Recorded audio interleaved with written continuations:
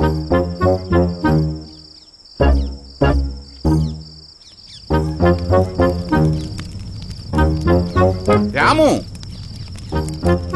ഇവിടെ കിടന്ന കമ്പിളി പുതപ്പ് എവിടെ? അതോ, അത് ഞാൻ രാവിലെ കഴുകാനിട്ടു, ഉണങ്ങിയിട്ടില്ല. നീ എന്ത് പണിയാണ് ഈ ചെയ്തത്? ഞാൻ ഇനി എന്ത് പുതച്ച് കിടക്കും?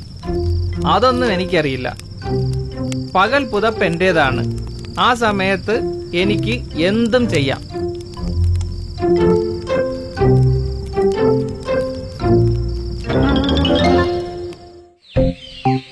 ഈ രാമുവിനെ അങ്ങനെ വിട്ടാ പറ്റില്ല.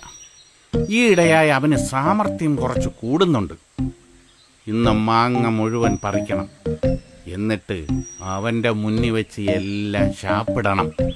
എന്നാലേ അവൻ പഠിക്കൂ.